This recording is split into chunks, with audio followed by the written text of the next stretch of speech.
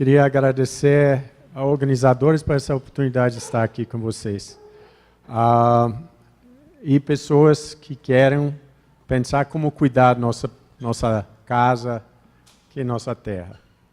E eu aprendi uma coisa, eu tenho um doutorado, e uma bibliotecária me ensinou o que é um doutor. Alguém que aprende mais e mais sobre menos e menos, até sabe tudo sobre nada. Mas eu estou aqui para aprender. Eu tenho muito a aprender em todo esse processo e eu agradeço essa oportunidade. Ontem eu fui pedido, eu queria uma visão do cientista. Eu tenho uma definição de cientista que é operacional. Por exemplo, a mecânico é alguém que conserta carro. Um cozinheiro é alguém que cozinha, certo? Um cientista é que faz ciência. É uma tentativa, usando a definição, de entender como a natureza funciona. Nesse caso, quem está tentando entender como a natureza funciona é cientista. Então, tem várias questões que eu acho que nessa classificação. Então, eu vou tentar dar uma visão e passar informações, vamos dizer, do mais visão tradicional e para servir... próximo slide.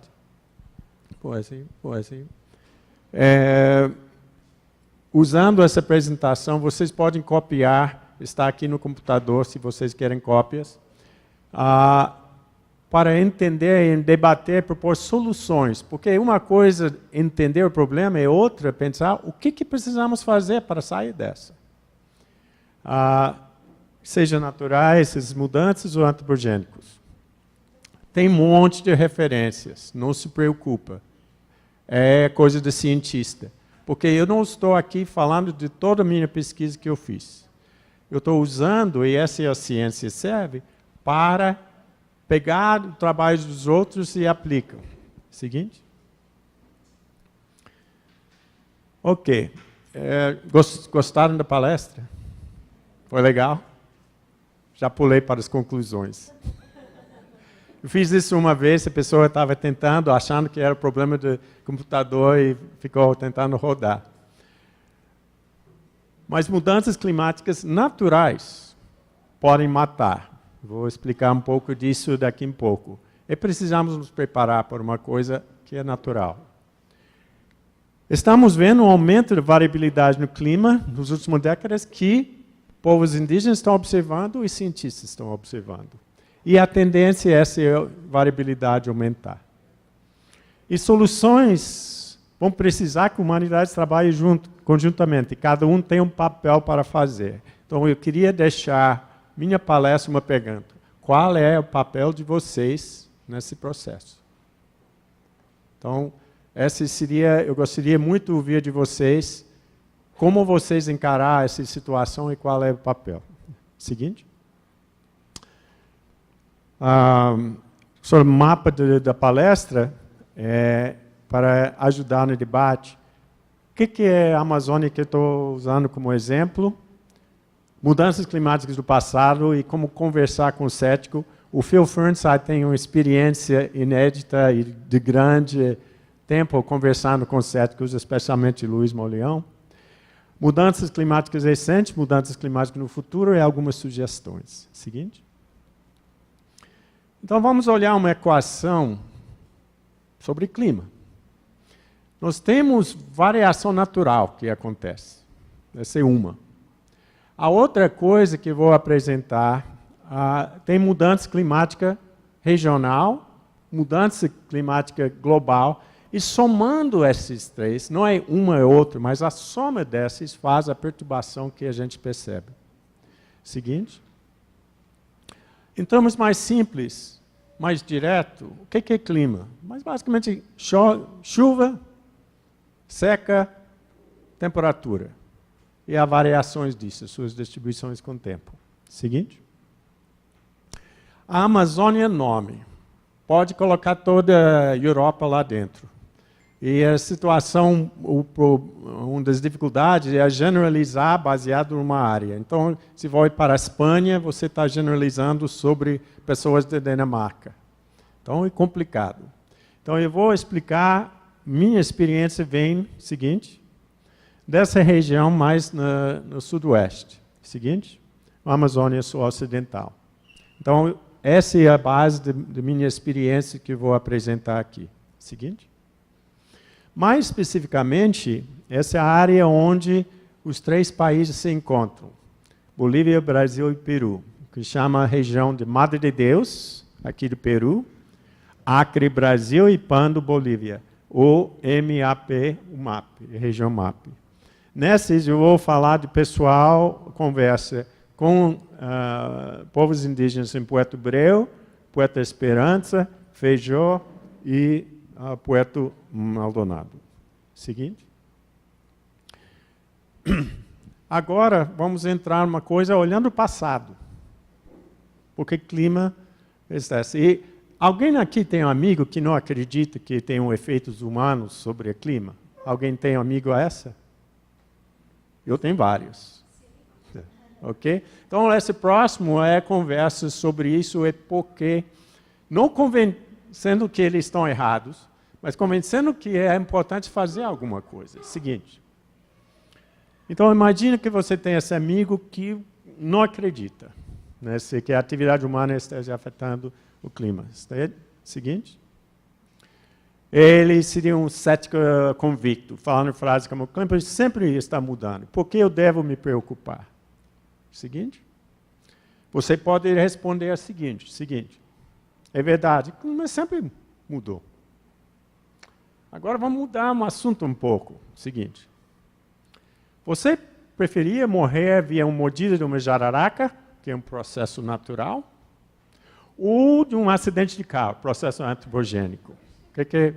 Quantos preferem natural, quantos preferem antropogênico? Natural. Alguém prefere acidente de carro? Tá. Seguinte, prefiro não morrer. Não é? Então, é questão de ser natural ou antropogênico, às vezes o debate. Seguinte, vamos olhar. Pois é, mudanças climáticas naturais podem ter impactos fatais, sem falar possíveis efeitos no clima causados pela civilização humana. Vou dar alguns exemplos. Seguinte. Aqui um artigo escrito pela antropóloga Betty Meggers, que chegou à conclusão que grandes eventos extremamente fortes, e Davi, essa foi a pergunta que eu fiz no café, se tem na história oral dos povos indígenas grandes secas. Porque tem evidências de cada 300, 500 anos, tem uma seca que dura vários anos e tem um impacto, e esse foi resultado de colapso de várias civilizações indígenas. Ok? E essas são as referências para quem quiser olhar mais nesse assunto. E isso foi natural. Não foi antropogênico, é processo natural. Seguinte.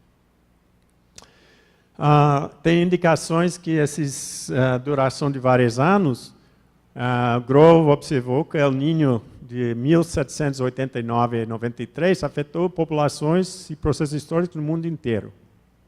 Naturalmente.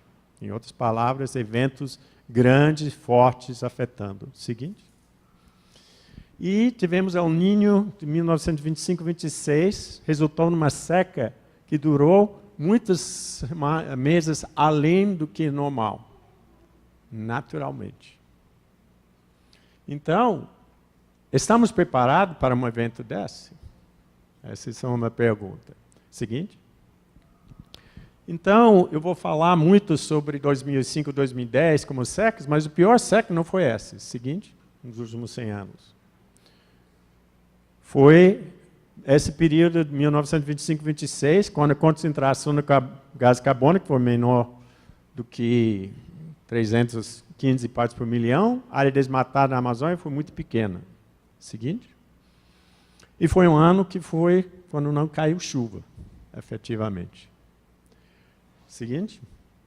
Então, temos desastres que agora naturalmente vão se repetir. Então, se eu conversa com seu amigo cético, você diz, olha, tem esses eventos, desastres no passado já aconteceram, e essas coisas no passado se repetem, a gente não sabe quando.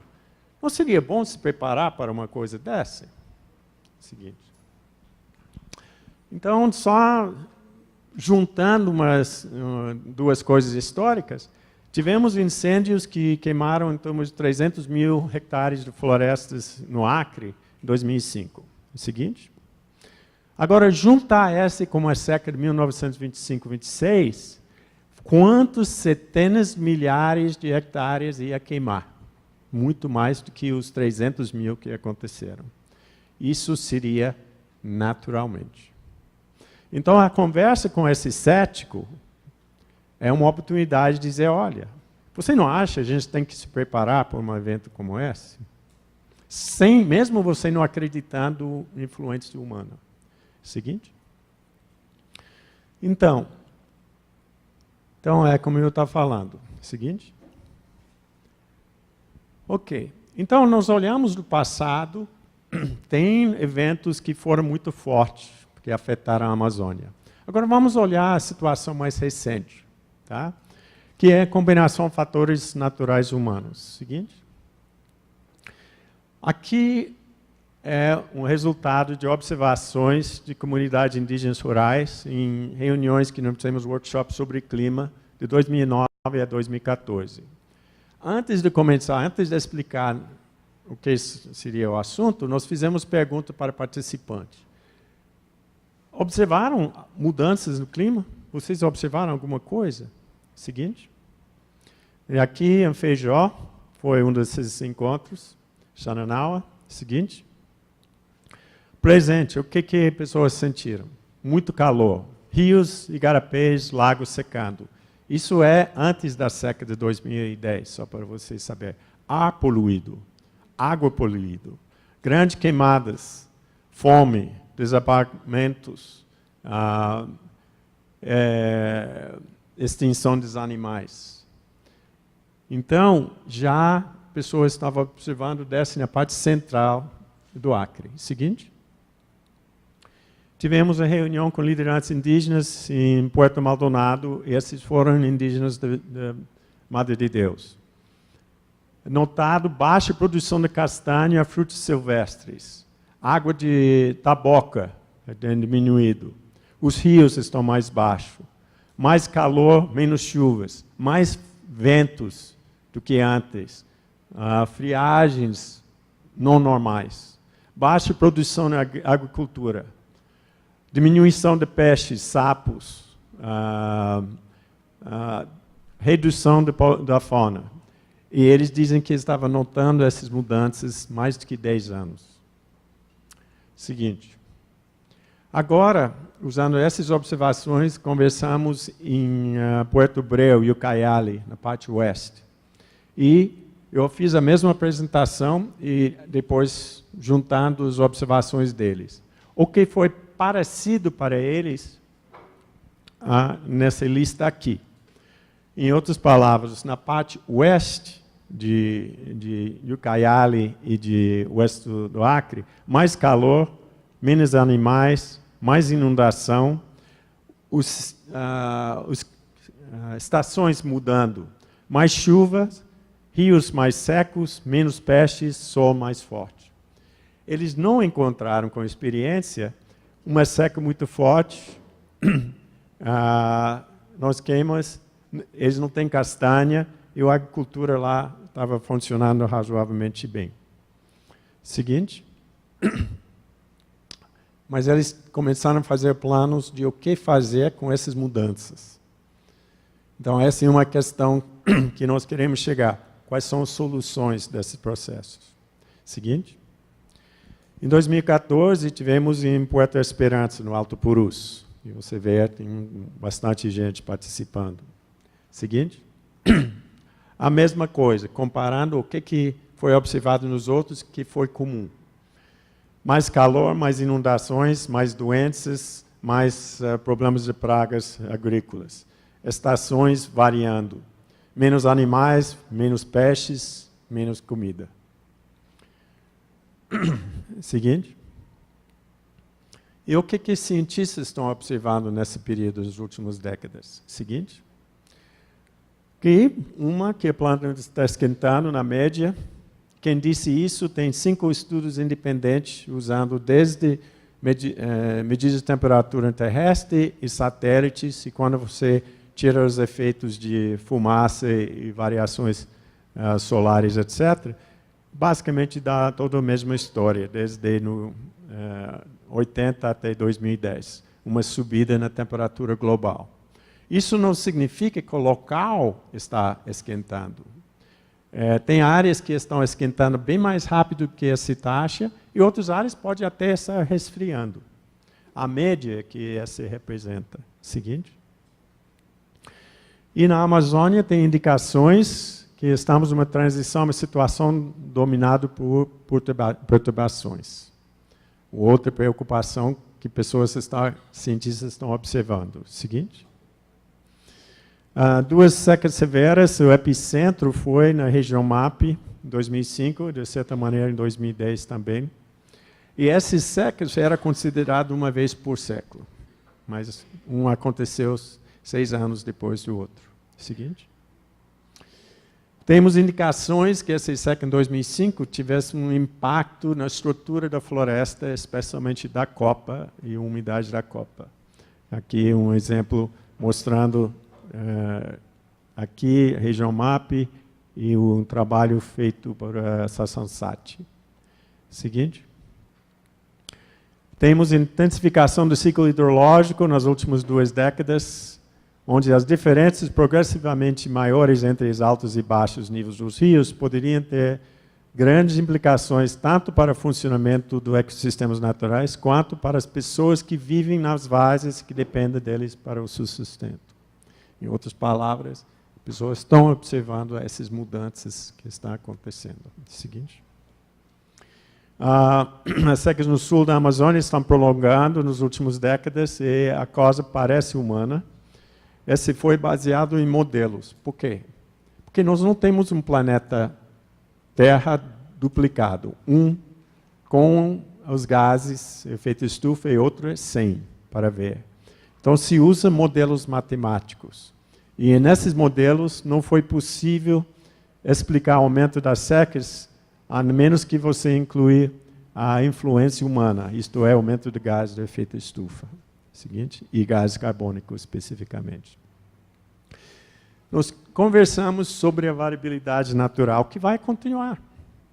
Vai continuar, vai ter mega El Niños e outras coisas que vai no futuro.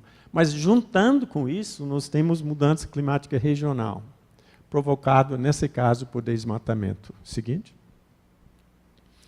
Por quê? Desmatamento significa menos transpiração na época seca. Seguinte. Aqui é a circulação. Quantos de vocês já ouviu do rios no ar? Ou assistiu Antônio Nobre, TED, etc. Então, aqui um artigo feito por pessoal do INPE, da USP, mostrando essa circulação. Nossa água vem do Oceano Atlântico, passa com ventos aqui, passa nessa área, desce, e água o resto do continente para o sul. Seguinte. Tem Acreano aqui. Pena, porque eles queriam confirmar que Acre é onde o vento faz a curva. Okay? Eu sou acreano honorário legislativo. Então, aqui, você vê o vento vendo aqui, quando chega perto dos Andes, a curva apareceu. Então, agora vocês sabem onde o vento faz a curva. Seguinte. Então, temos movimento desse vapor de água e nuvens, seguinte, que é em rio no ar, que é a zona de convergência intertropical, seguinte, que vem trazendo o Oceano Atlântico para cá, seguinte, e retorna para os rios, e uma parte vai para o sul, seguinte. Mas tem que ter reciclagem. Se não tiver reciclagem, a água não chega bem até dessa parte da Amazônia. Seguinte. E esse processo, evapotranspiração, condensação, precipitação, acontece nesse ciclo aqui. Seguinte. E que vem da floresta é mais do que vem do pasto na época seca. Por quê? Os raízes da floresta são bem mais profundos do que em pasto. Seguinte. Parece que nós já temos indicações que o processo de desmatamento está modificando esse ciclo, que significa redução do transporte de água. Seguinte. Voltando na questão das secas. Seguinte. Você vê aqui só no Acre a lista dos impactos que a gente está tendo. Esse não é nas áreas indígenas especificamente, mas mais na cidade de Rio Branco. E você vê, às vezes, tem 2 eventos por ano. Esse é um exemplo.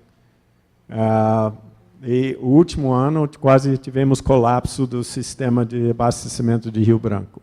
Seguinte. Em novembro de 2014, o rio Tarauacá teve a pior inundação na memória de povos indígenas, na faixa de 100 anos. A cidade de Tarauacá se inundou mais 9 vezes nos meses seguintes. E, tipicamente, os meses de janeiro e março é quando acontecem inundações nessa parte do Acre. Então, novembro é muito cedo ainda para ter um recorde. É mais um exemplo de intensificação e variabilidade. Seguinte. Aqui, só para vocês terem uma ideia de altura do rio Tarauacá, perto da cidade. Seguinte. Mais artigos estão saindo sobre esse assunto. A preocupação que estamos numa fase de aceleração de mudanças. Seguinte. Davi, você falou sobre fumaça. Queria te mostrar um exemplo de uma imagem. Tudo que é cinza é fumaça.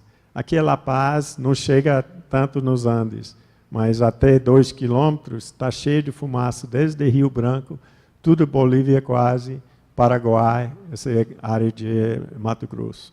Só para você, estamos falando cobrindo milhões de quilômetros quadrados. Seguinte, para você ter uma ideia de movimento que segue a mesma circulação. Seguinte. Ok, vamos olhar um pouco do futuro. Quem sabe do futuro? Ninguém, com certeza. Mas temos ideia, se certas tendências continuam, o que podemos esperar? Vamos dizer, cenário seguinte. Então, nesse caso, a gente entra na parte de mudança climática global dessa equação. Seguinte.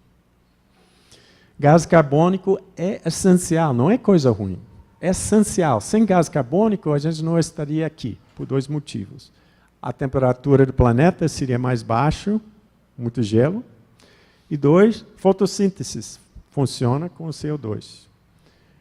A diferença, porém, entre remédio e veneno é dosagem.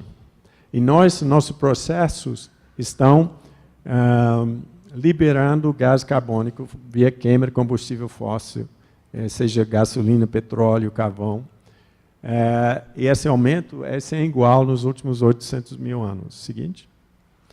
Isso, para mim, é o gráfico mais preocupante que eu conheço.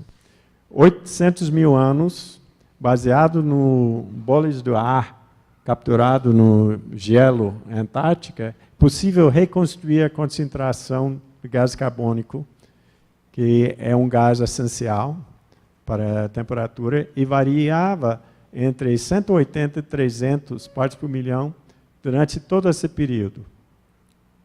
Já saímos dessa e estamos com 400 quase agora, e estimativas até o fim do século de entre 550 e 900. Isso é outro mundo, outra situação, uma situação extremamente problemática, porque nós não sabemos exatamente o que vai acontecer. Mas essa é onde cria preocupação. Seguinte. Quando eu cheguei, estava fazendo um trabalho aqui no Seringal, gás carbônico foi 355 partes por milhão. Então, eu estou falando de uma pessoa, a vida de uma pessoa, as mudanças. Seguinte. Andando A inundação da Brasileia estava 400 partes por milhão, 2 anos atrás. Seguinte. Se continuar subindo, em mais 25 anos, vai chegar a mais que 450. Quando eu nasci, foi 315. Está vendo esse processo como está andando. Então, vai ser 95 partes por milhão, mais alto do que quando eu cheguei no Acre. Essa é a mudança global. Essa é uma mudança de um fator muito preocupante. E mais energia na atmosfera, mais secas, mais inundações, implicações. Seguinte. Exemplos desse seria o desmatamento, se continuar a tendências, em 2050 seria assim, baseado no modelo que o Britaldo fez, se não me engano. Se controlar mais, mas a gente sabe que isso afeta a distribuição de chuvas, além dos outros fatores. Seguinte. Nós temos, você sabe o debate muitas vezes, ou a gente produz comida para o mundo, ou a gente preserva macaquinho, certo? Então é usado esse... Tem alguns aqui, desenvolvimentista versus conservacionista, coisas assim. Esse artigo é uma mudança do paradigma, dizendo, olha, se desmata grande área da Amazônia para a agricultura, você vai reduzir as chuvas. E se reduzir as chuvas, você reduzir a produtividade agrícola. Consequentemente, você não vai ter muito mais. Então, esse artigo vale a pena entender, porque está dizendo que a Amazônia não pode servir como celeiro do mundo. Vai ter limitações. Seguinte.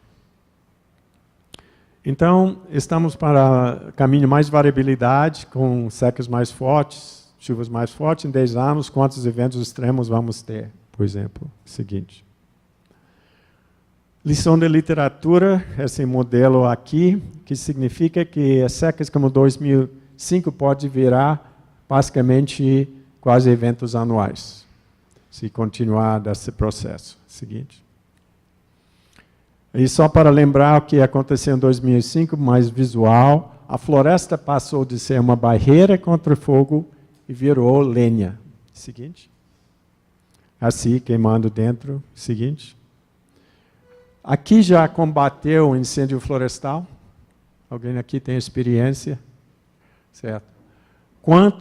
Uma linha de fogo aqui na floresta, mais do que 1 quilômetro, quantos homens vai precisar para combater?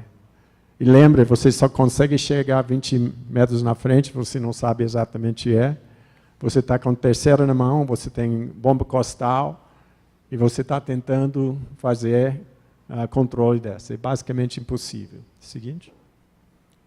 Um efeito de fogo passando por cima, por baixo. Seguinte.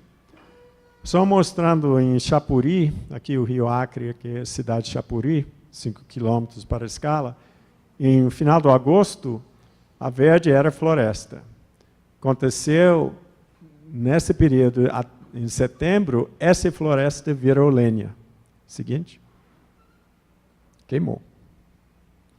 Então, passou aquele ponto, é ponto de resposta não linear, se quiser usar terminologia científica. Seguinte. E aqui, como apareceu em outubro, no leste do Acre. Seguinte. As temperaturas também podem aumentar. Seguinte. Tem um artigo indicando que climas sem precedentes vão acontecer primeiro nos trópicos. Exemplo, fora da faixa nos últimos décadas. Seguinte.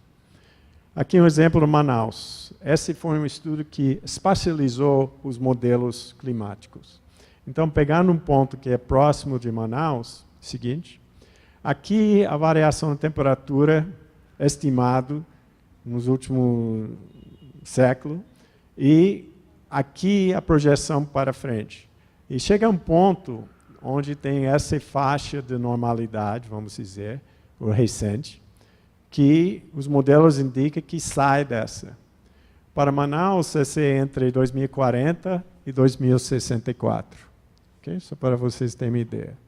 Mas outras partes da Amazônia, seguinte, Nesse caso, Rio Branco, seguinte, esse está previsto em 2019 e 2024. Então, infelizmente, Rio Branco pode ser na frente de Manaus, nesse aspecto, ou seja, em poucos anos. Seguinte. Então, nós temos essa equação do clima, seguinte. Nós não sabemos, seguinte, quando seria, por exemplo, a mega El Niño. Mas se aconteceu no passado, vai acontecer no futuro. Seguinte, nós temos indicações, por causa do desmatamento, seguinte, que mudança climática regional, perturbação está aumentando, seguinte. Também na questão de mudança climática global, seguinte, gás carbônico e CO2, e resultando, como esperar, um aumento de perturbação que a gente está sentindo. Seguinte. Algumas sugestões. Aprender muito mais, eu, inclusive, estou tentando aprender muito mais sobre esses fatores afetando o futuro. A questão, especialmente para comunidades na floresta, documentar as mudanças que estão acontecendo. Sem documentação, não acontece. Como comunicar para os outros o que está acontecendo? Um dos objetivos desse debate é isso. Implementar ações para aumentar a resiliência da comunidade a inundações, secas e incêndios. Construir alianças, porque as soluções desses problemas vão precisar literalmente todo mundo. O mundo inteiro, os chineses, os russos, africanos, etc. Todo mundo junto para resolver esses problemas. Seguinte. Aprender mais. Aqui um exemplo de lideranças indígenas aprendendo como mostrar vapor de água e o processo de transpiração. Seguinte. Então, comunidades indígenas estão liderando em planejamento em relação ao clima e outros fatores. Por quê? Quem está pensando 50 anos na frente? Seguinte. Aqui foi o workshop em Puerto Esperança, que eu falei antes. O grupo decidiu, nós queremos fazer mudanças. Nós queremos fazer a resposta. E eles decidiram usar esse workshop para mandar a mensagem para a COP20, que ia acontecer em Lima. Seguinte. Então, eles fizeram declaração sobre mudança climática. Seguinte. E eles colocaram planos de 1, 5 e 50 anos. Aqui é um exemplo do plano deles para o ano seguinte. Seguinte. O plano para 5 anos e o plano para 50 anos. Seguinte. E Almir, quem conhece Almir? Aqui. Ok? Ele também, no Pater Suri, fez na década de 90 o plano de 50 anos. Quem mais está fazendo planos de 50 anos? Mas essa escala precisamos pensar. Seguinte. Tem programas de defesa civil sobre construindo cidades resilientes. Pode expandir esse programa, o equivalente, para construir comunidades resilientes. Pensando como responder a isso. Seguinte. Alianças possíveis, outras comunidades, movimentos populares, grupos religiosos. Pouco tempo atrás, eu dei uma palestra na campanha de fraternidade da Igreja Católica, que está preocupado com essas questões. Instituições de pesquisa e ensino. Suas sugestões. Com quem devemos fazer alianças para resolver esses problemas? Seguinte. Nós temos no Parque Zoobotânico um programa de como cuidar da nossa casa, a terra. Se vocês querem participar, seria fantástico. Seguinte. Conclusões que a gente já viu na frente. Mudanças climáticas naturais podem matar. Tá? Precisamos nos preparar de qualquer maneira, seja cético, seja acredite nessas questões. Aumento de variabilidade no clima nos últimos décadas observado por povos indígenas, por cientistas, tendência para a variabilidade aumentar mais ainda. Soluções, precisamos de uma unidade trabalhando junto, cada um papel para dizer qual é seu papel. Essa é a pergunta que eu estou fazendo. Seguinte. Porque estamos juntos e eu também estou perguntando qual é meu papel. Obrigado.